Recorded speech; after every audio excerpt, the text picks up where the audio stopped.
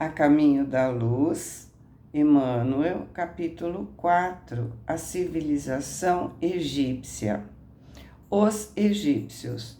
Dentre os espíritos degredados na Terra, aqueles que constituíram a civilização egípcia foram os que mais se destacaram na prática do bem e no culto da verdade. Aliás, importa considerar que eram eles os que menos débitos possuíam perante o Tribunal de Justiça Divina. Em razão de seus elevados patrimônios morais, guardaram no íntimo uma lembrança mais viva das experiências de sua pátria distante. Então, pela elevação, por praticarem o bem, lembravam por mérito. Um único desejo os animava, que era trabalhar devotadamente para regressar um dia aos seus penates, à sua casa paterna, ao seu lar, né, ao planeta de Capela, né, resplandecentes. Uma saudade torturante do céu foi a base de todas as suas organizações religiosas. Em nenhuma civilização da Terra, o culto da morte foi tão altamente desenvolvido. Então, eles tinham conhecimento da vida após a morte e queriam voltar para casa o mais rápido possível, por isso que eles cultuavam tanto a morte, né? Em todos os corações morava a ansiedade de voltar ao orbe distante, ao qual se sentiam presos pelos mais santos afetos. Foi por esse motivo que, representando uma das mais belas e adiantadas civilizações de todos os tempos, as expressões do Egito Antigo desapareceram para sempre do plano tangível do planeta. Depois de perpetuar nas pirâmides os seus avançados conhecimentos, todos os espíritos daquela região africana regressaram à pátria sideral, ou seja, se existe ainda capelino na Terra, e existem, com certeza não são egípcios, pois eles já voltaram para o seu orbe. Então fica a pergunta: se não houve um extermínio em massa, em que momento tudo o que foi construído se perdeu? Por que não houve continuidade pelos seus descendentes? Ou seja, não morreu todo mundo e começou um novo agrupamento. Porque, ao ter condições de voltar ao planeta de origem, como eles praticavam o bem, não ficaram muito tempo por aqui, aqueles que nasceram no Egito ainda não tinham capacidade de aprender aqueles que vieram e que foram embora sabiam. Não deram valor por falta de entendimento. Então, tudo se perdeu. Assim que eles deixaram o nosso planeta, houve uma degeneração cultural, científica. Ciência secreta. Em virtude das circunstâncias mencionadas, os egípcios traziam consigo uma ciência que a evolução da época não comportava. Então, aqueles grandes mestres da antiguidade foram forçados a recolher o acervo de suas tradições e de suas lembranças no ambiente reservado dos templos, exigindo-se os mais terríveis compromissos dos iniciados nos seus mistérios. Os conhecimentos profundos ficaram circunscritos ao ambiente dos mais graduados sacerdotes do tempo, observando-se o máximo cuidado no problema da iniciação. Então, como os nascidos aqui não tinham maturidade para aprender, aqueles grandes mestres se reuniram nos templos, onde somente entrava quem provava merecer entrar. Os pares ou aqueles que provavam ter condições para serem iniciados. A própria Grécia, que ali buscou a alma de suas concepções cheias de poesia e de beleza, através da iniciativa de seus filhos mais eminentes no passado longínquo, não recebeu toda a verdade das ciências misteriosas. Tanto é assim que as iniciações no Egito se revestiam de experiências terríveis para o candidato às ciências da vida e da morte. Fatos esses que, entre os gregos, era motivo de festas inesquecíveis. Então, os egípcios não passaram para os gregos todo o conhecimento que eles tinham, mesmo para aqueles que passavam pelos terríveis testes. Mas aqueles que passavam nos testes e conseguiam ter a oportunidade de aprender alguma coisa, eram muito festejados na Grécia. Os sábios egípcios conheciam perfeitamente a inoportunidade das grandes revelações espirituais naquela fase do progresso terrestre. Eles sabiam que não era hora de passar altos conhecimentos para um povo tão primitivo, um povo que ainda não tinha condições de entender. Chegando de um mundo de cujas lutas na oficina do aperfeiçoamento haviam guardado as mais vivas recordações, os sacerdotes mais eminentes conheciam o roteiro que a humanidade terrestre teria de realizar. Aí residem os mistérios iniciáticos e a essencial importância que lhes era atribuída no ambiente dos sábios daquele tempo. Então, a cultura espiritual que eles traziam era muito grande e tinham consciência que precisavam colocar em prática o que eles tinham apenas na teoria. Tanto quanto eles tinham consciência de que os nativos ainda não tinham maturidade para entender. Seria como querer ensinar fórmulas matemáticas complexas na pré-escola. Por isso, eles não tinham como passar os seus conhecimentos, eles não conseguiriam entender o que eles tinham para passar. Como Emmanuel disse, os sacerdotes mais eminentes conheciam o roteiro que a humanidade terrestre teria que realizar. Eles sabiam que eles não tinham condições de entender aquela hora, sabiam todo o caminho que eles tinham que percorrer para daí eles terem condições de entender, né? Sabiam as fases do aprendizado que eles tinham que passar. O politeísmo simbólico. Simbólico porque eles eram monoteístas, mas para o povo eles criaram metáforas para que eles pudessem entender.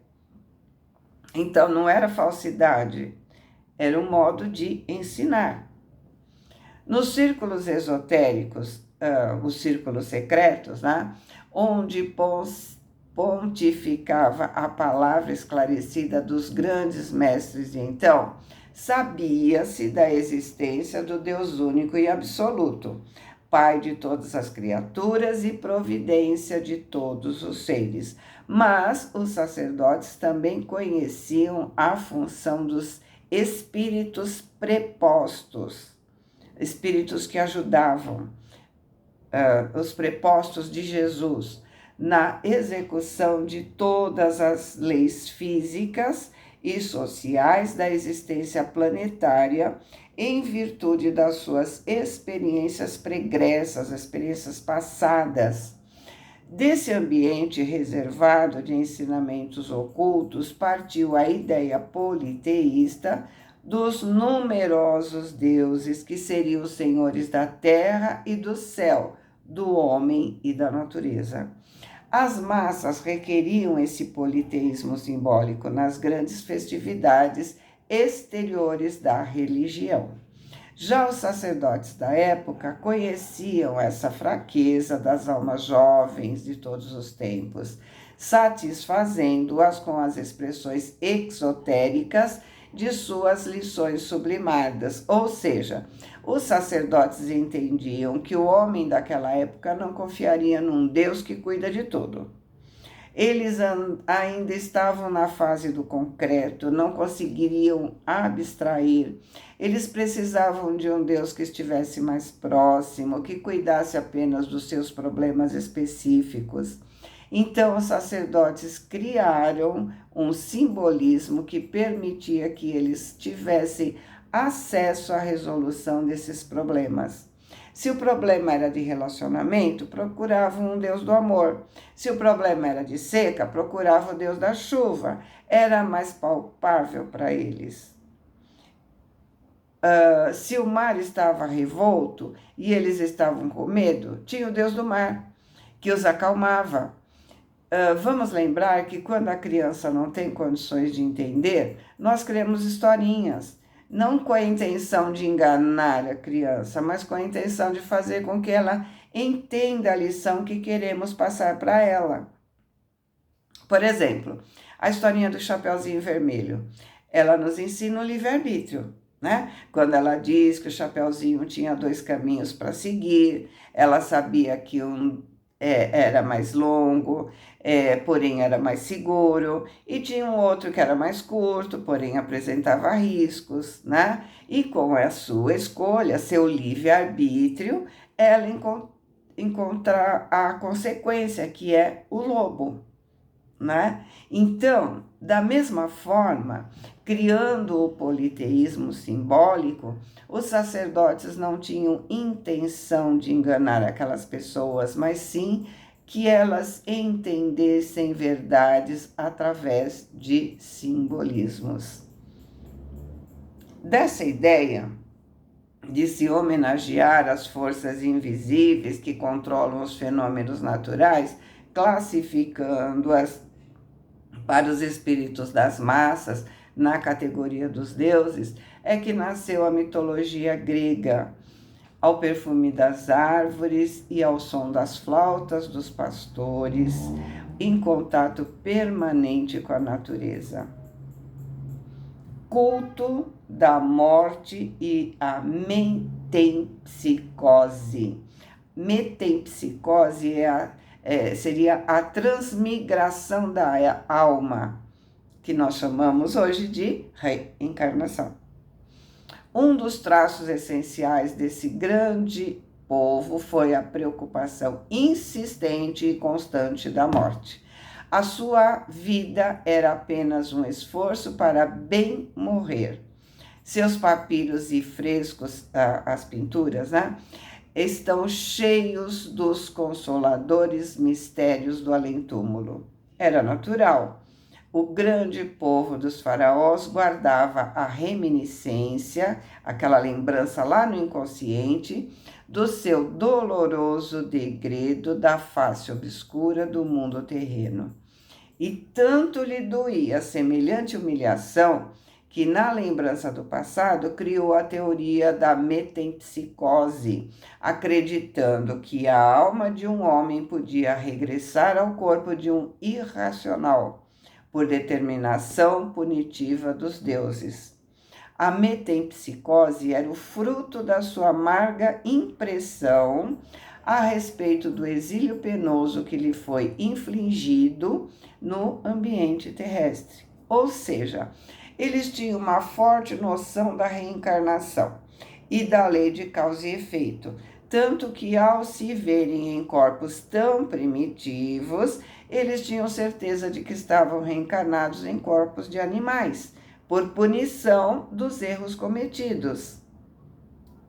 Não estavam tão longe da verdade, porque eles vieram para cá para conviver com os primitivos, porque eles não estavam de acordo com onde eles estavam, né? E aí, por isso, a crença na metempsicose, ou seja, a encarnação em corpos de animais. Para eles, os primitivos eram animais. A lembrança de que viviam em um lugar maravilhoso, de onde foram tirados, e a constatação de estar em corpos mais densos, primitivos, limitados, os levou à crença na metempsicose. A crença no paraíso perdido né? Vemos que os outros grupos de exilados tinham essa mesma ideia. Nós vamos ver depois. E também a gente já viu aí nas histórias desses povos, né? Desse modo, foi inventada uma série de rituais e cerimônias para solenizar o regresso dos seus irmãos à pátria espiritual. Os mistérios de Ísis e Osíris não eram mais que símbolos das forças espirituais que presidem aos fenômenos da morte. Desculpa. Então, nessa metáfora, onde Osíris foi morto por seu irmão e Ísis recolhe todos os seus pedaços e volta a viver com ele, Ísis recolher os vários pedaços em que Osíris é cortado simboliza que para se estar inteiro é preciso juntar os vários pedaços, ou seja, juntar o aprendizado de várias encarnações. E a metáfora também nos fala da vida após a morte. Vemos que ela volta a estar com ele. Significa que ela se comunica com ele, né? Porque existe uma vida após a morte. Então, se quem fica tem condições de merecimento e o nosso ente querido que está desencarnado também tem condições de merecimento, em desdobramento podemos nos encontrar, né? O encontro de Osíris e Ísis. Os egípcios e as ciências psíquicas. As ciências psíquicas da atualidade eram familiares aos magos, aos magnos sacerdotes dos templos. O destino e a comunicação dos mortos, a pluralidade das existências e dos mundos eram para eles problemas solucionados e conhecidos. O estudo de suas artes pictóricas positivam a veracidade dessas nossas afirmações. Ou seja, se observarmos atentamente, veremos nas pinturas das paredes dos egípcios os hieróglifos, a ideia da reencarnação. O hierógrafo era a linguagem oculta que esses capelinos utilizavam. Num grande número de frescos. Os frescos são aquelas pinturas feitas diretamente sobre a parede ou teto, com técnicas específicas para garantir sua durabilidade e beleza ao longo dos anos. E a gente vê mesmo, né? É só ir lá para o Egito, a gente vê todas as paredes com todas as pinturas, a gente consegue observar os vários reinados pelos quais eles passaram, em que um reinado foi de guerra, outro reinado foi de abundância. A gente consegue perceber algumas coisas, né? A gente já está conseguindo compreender algumas coisas, e as coisas que a gente ainda não tem condições de entender só depois, né? O homem terrestre se apresenta acompanhado do seu duplo espiritual, que eles chamavam, né, de Ka. Os papiros nos falam das suas avançadas ciências desse sentido e, através deles, os egiptólogos modernos podem reconhecer que os iniciados sabiam da existência do corpo espiritual pré-existente que organiza o mundo das coisas e das formas, ou seja, sabiam do perispírito, que o perispírito forma o corpo, as comunicações com os desencarnados já aconteciam entre eles. Seus conhecimentos a respeito das energias solares com relação ao magnetismo humano eram muito superiores aos da atualidade. Olha o que ele está falando, o conhecimento deles há 5.000 anos atrás era superior ao conhecimento que nós temos hoje. Ainda temos muito a aprender para chegarmos aos conhecimentos deles, que eles trouxeram, né, deles naquela época.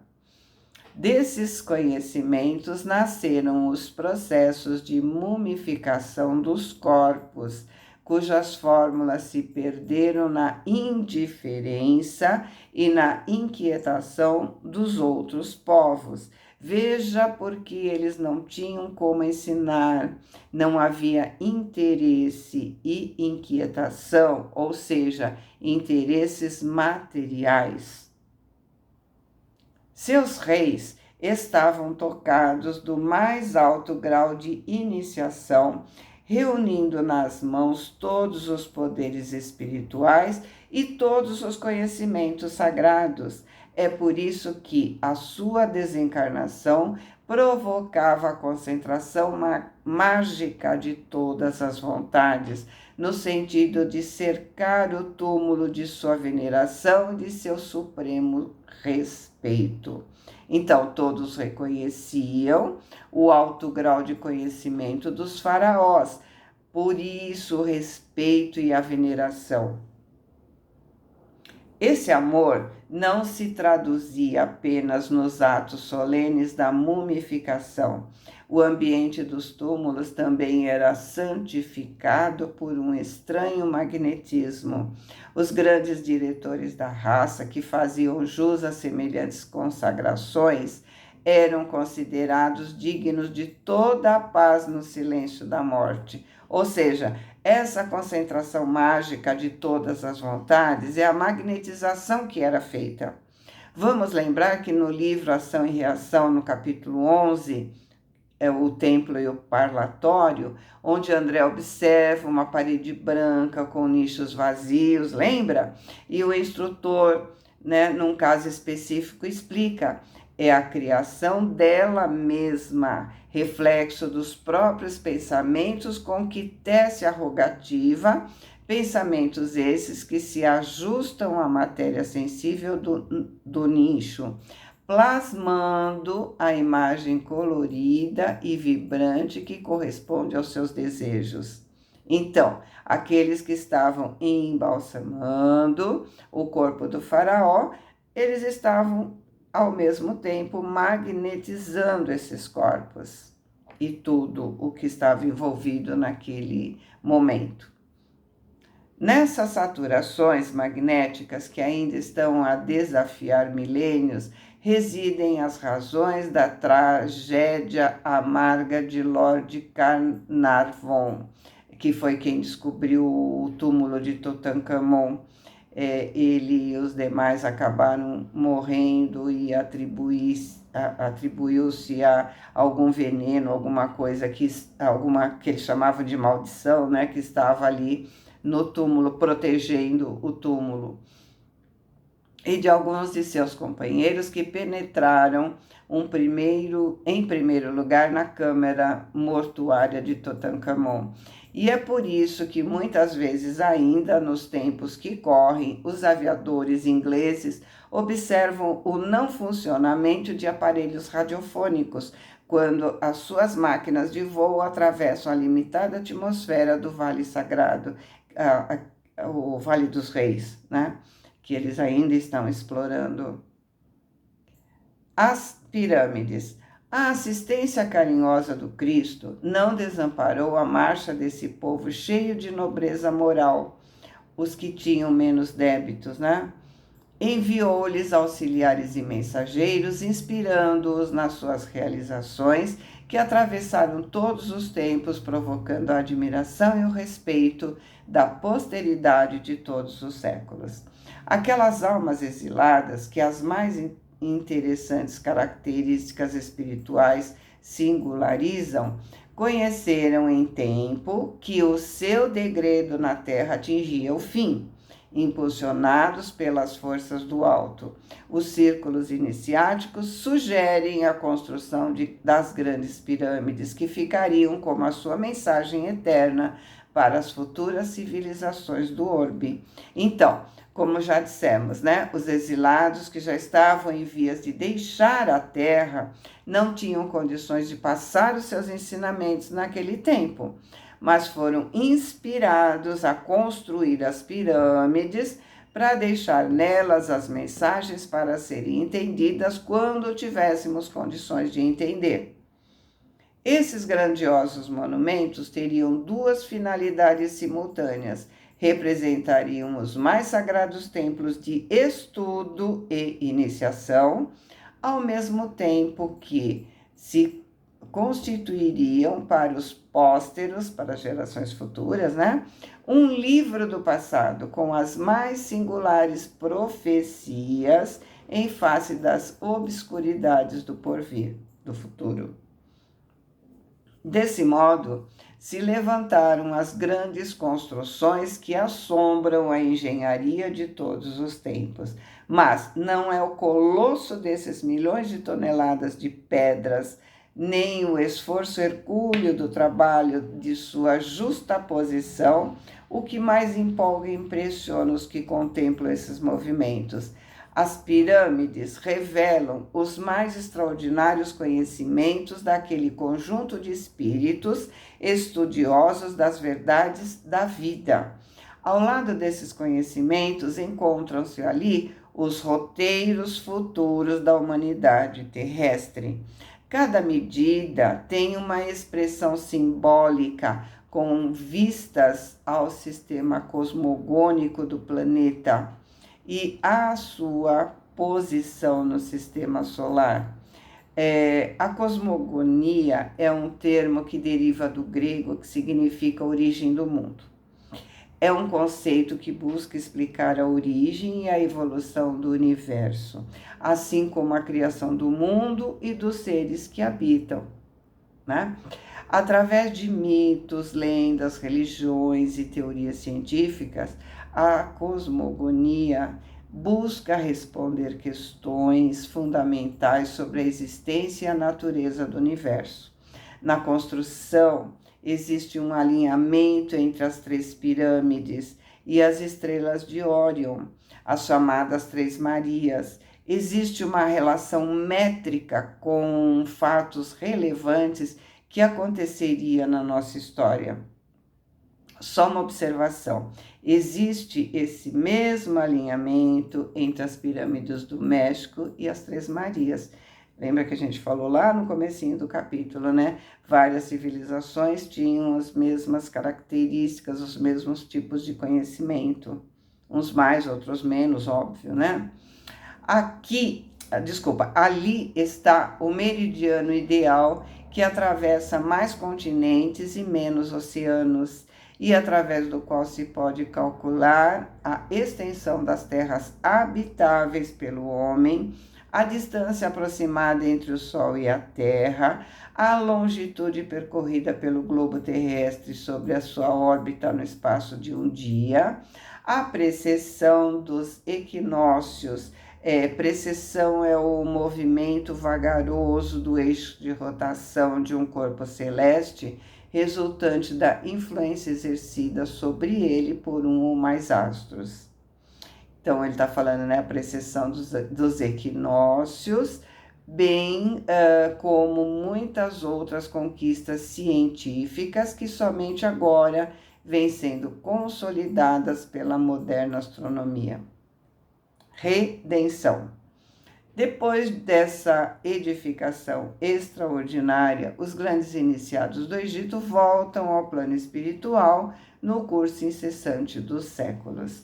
Com o seu regresso aos mundos ditosos da capela, vão desaparecendo os conhecimentos sagrados dos templos tebanos, que, por sua vez, os receberam dos grandes sacerdotes de Mênfis.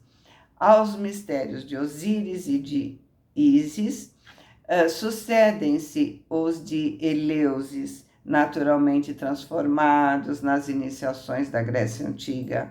Em algumas centenas de anos, os antigos degredados se reuniram de novo no plano espiritual com a sagrada bênção do Cristo, seu patrono e salvador. Então, a maioria regressa ao sistema de capela, onde os corações se reconfortam nos sagrados reencontros das suas afeições mais santas e mais puras. Mas grande número desses espíritos estudiosos e abnegados conservaram-se nas hostes de Jesus. obedecendo a sagrados imperativos do sentimento e ao seu influxo divino. Muitas vezes tem se reencarnado na Terra para desempenho de generosas e abençoadas missões.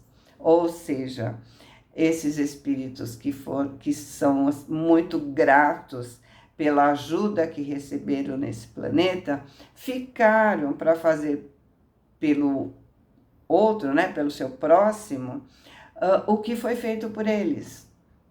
Né? Eles foram acolhidos aqui, foram ajudados, eles se elevaram. E é isso que eles querem, que aqueles que estão no entorno deles, né, também se elevem. Com isso, nós temos mais chances de evoluir, né? Porque eles são mais experientes e se propuseram nos ajudar, né? Isso é muito lindo.